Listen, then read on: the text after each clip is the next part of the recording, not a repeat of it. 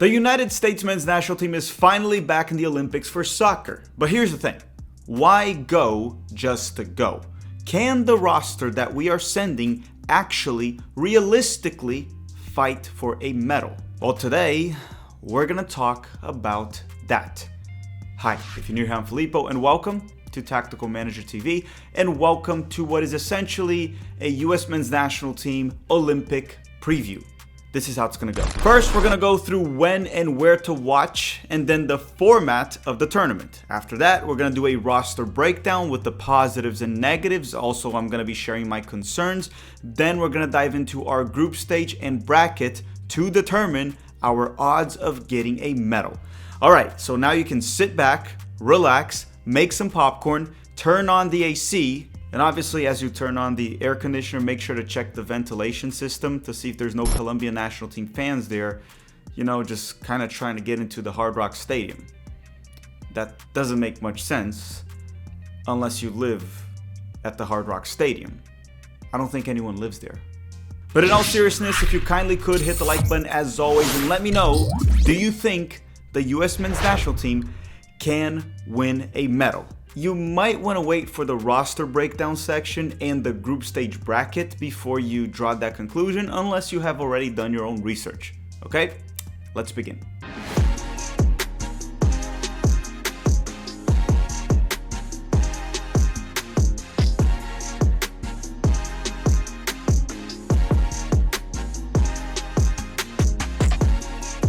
The United States men's national team is back in the Olympics for the first time since 2008. It's been a while.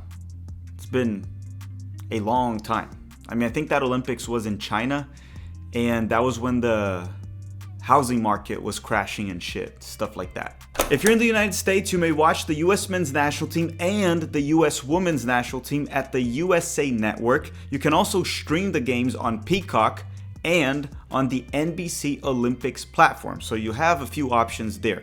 The men's Olympic soccer will start July 24th and end August 10th. In case you don't know, men's Olympic soccer is a U23 tournament where you can bring 3 players over the age limit. We're gonna go through the roster very soon.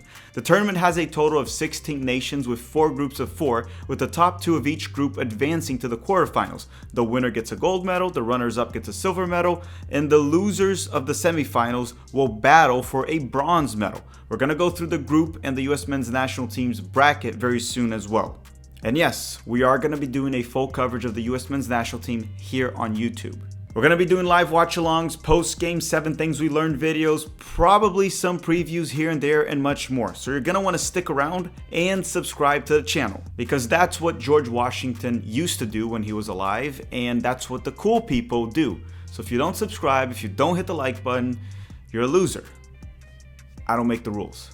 Now, before we continue to talk about the roster, the group, and the bracket, a quick word from the sponsor of this video, VPN Surfshark. You're gonna wanna stick around. We'll be back in 1 minute. And this video is brought to you by Surfshark. Having a VPN these days is quite important. It can help you protect your privacy, security by encrypting your data and your IP address. It can also prevent your Google search history from leaking. You don't want that. Now listen, very often I travel to Brazil or Mexico and the channel producer lives in Europe. We have to follow all the soccer games on different streaming platforms that don't really work outside of the United States. But with a VPN, you can set your location to be in the United States of America, and very often it will work. At least it has for us, which allows us to watch the games we need and enjoy American content when located abroad. Today we have a special offer for you through Surfshark. Click the link in the description of this video and use the code Tactical Manager. This will give you 4 extra months on your VPN deal. Seriously, it becomes super cheap, some even lower than $5 a month. So click the link in the description of this video and use the code Tactical Manager for this offer. Oh, and they have a 30-day money-back guarantee that there is no risk in trying it. So once again, thank you very much, Surfshark.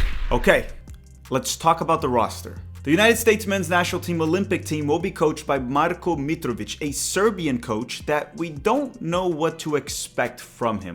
There's a few things we do expect from him, but in terms of competitive games, we don't know much. We're gonna learn a lot more about him during the Olympics. With that said, Who did he call up? And understand one thing.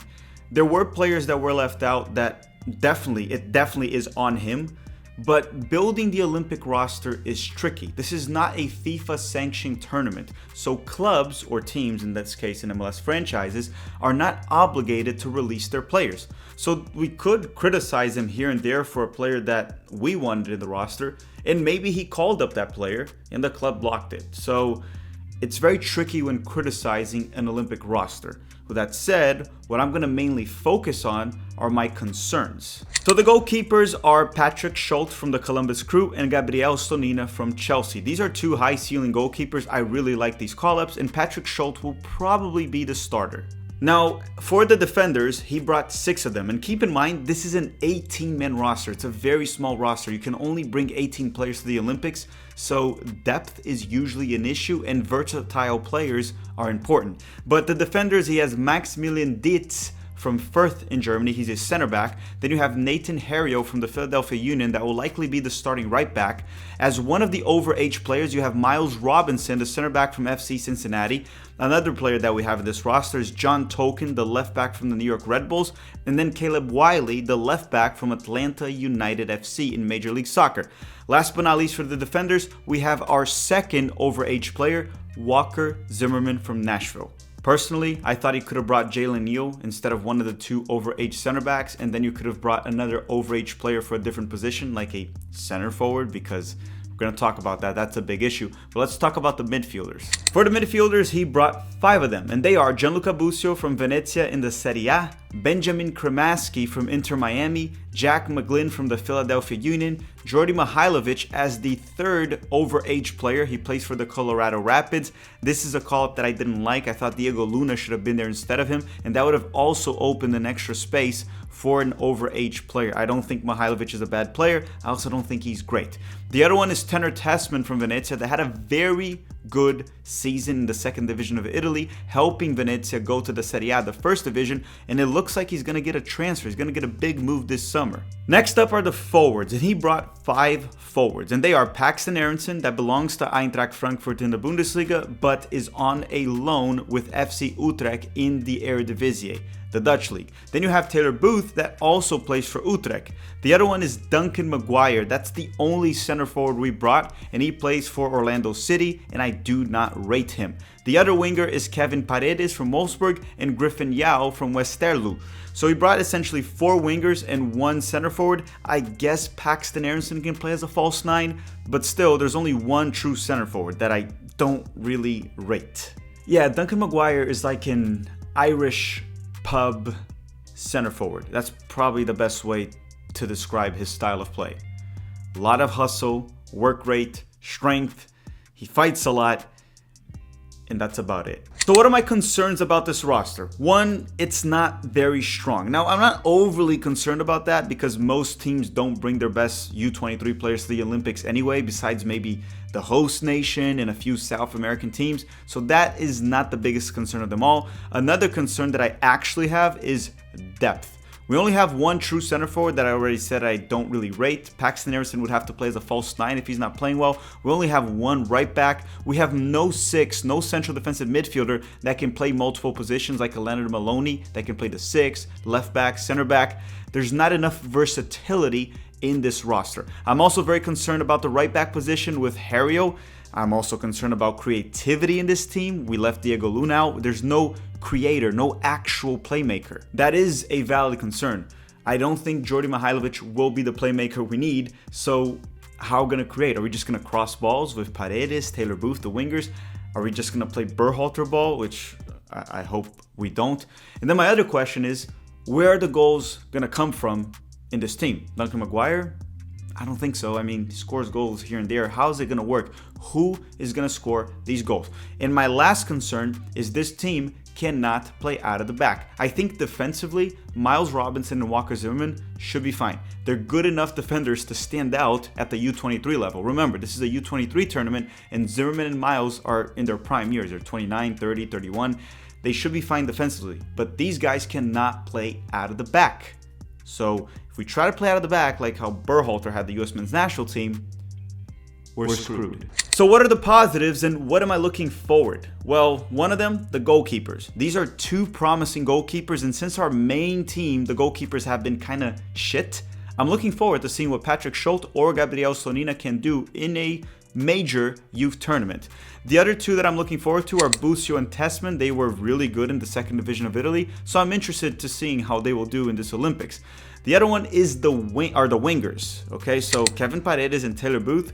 I'm really looking forward to seeing how they perform. Paxton Aronson, if he plays out wide. And Griffin Yao, I haven't been able to watch him much in Belgium, but apparently he did very well. And that's another positive, and that's another player that I'm looking forward to. Now, just so you know, we're not sending our best. Just think about it for a second. Johnny Cardoso, Yunus Musa, Gio Reyna, Ricardo Pepi, Balogun, Malik Tillman. I might have missed a few names. All these guys were age eligible to play in the Olympics, but they're not there. Why? Well, they need a vacation, the club didn't release them, or they didn't want to play. So if we sent our best, we would easily fight for a medal. Probably a silver medal. It would be hard to defeat Argentina or France, but we would fight for a medal. But we're not sending our best. With that said, let's dive into the group stage and the bracket to see what are the odds of us getting a medal with this roster that I just gave you. Well, I didn't give you, they gave it to me. I just kind of read it for you. The United States of America was placed in Group A, alongside the host nation France, Guinea, and New Zealand. So the US will face France on June 24th, then New Zealand on the 27th. Last but not least, they will face Guinea on July 30th. And then if we finish top two, we advance and play in the quarterfinals, which in the group that we are in, I expect the United States to advance in second place behind France, and that should be the expectation. I don't want to disrespect New Zealand or Guinea, but the expectation should be to beat them. And keep in mind, once you make it to the quarterfinals and you win, if you win the quarterfinals, you're in the semis, which means you are one win away from a medal regardless of what happens. If you lose in the semis and you win the third place match, you get a bronze medal. If you win the semis, you lock in a silver medal. But again, how realistic is it for the United States to actually get a medal? And here's the problem. Group A will cross paths with Group B in the quarterfinals. And based on the projected outcomes, Argentina, with a very strong roster that they're bringing, and they usually try to win the Olympics, is expected to top Group B, while the United States is expected to finish in second in Group A behind France. So if we go through in second place and Argentina goes through in first place, which is probably what would happen, it means that we would face Argentina in the quarterfinals.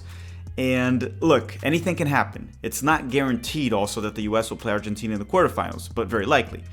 And in that scenario, you know, let's just say I do not like our odds for that specific matchup. So to answer your question, can the US win a medal? Of course, it can happen. Anything can happen. And maybe we avoid Argentina, we make it to the semifinals, all of a sudden we need one win in 2 games to get a medal. But what are the odds of us getting a medal? I would say they're kinda low, because based off that projection, we'll probably play Argentina in the quarterfinals, and we can win, maybe. Do I expect us to win? Not really. So to put into perspective, I think a quarterfinals run is the most likely scenario. And if we get past the quarterfinals and head to the semis, then we have a 75% chance of getting a medal. But that game in the quarterfinals, which is projected to be against Argentina, is the big problem in my opinion. That's the big challenge. I'm not going to project who we could face in the semifinals because there are way too many possible scenarios and it would be way too silly to do so. But again, let me know what you think. Could the US men's national team get a medal? Based on everything I said, do you think we can or cannot? Do you believe we'll get at least a bronze medal? Which, understand, that would be historic, and it could even draw a lot of casual sports fans to follow US soccer if we get a medal. I hope we do. We'll be rooting for this team. We'll be covering this team. I'll be cursing out this team. I'll be cursing out the opponents. I'll be getting on fights on Twitter. But again, let's be realistic. As of now, it's not likely. However, as the sign says behind me, believe. Right, everyone, thank you very much for watching. Don't forget to drop a like right now before you go. And thank you very much, Surfshark, for sponsoring this video. Make sure to use the link in the description. You'll be helping yourself and the channel in the process. And now I want to thank you all very much for watching and have a great day.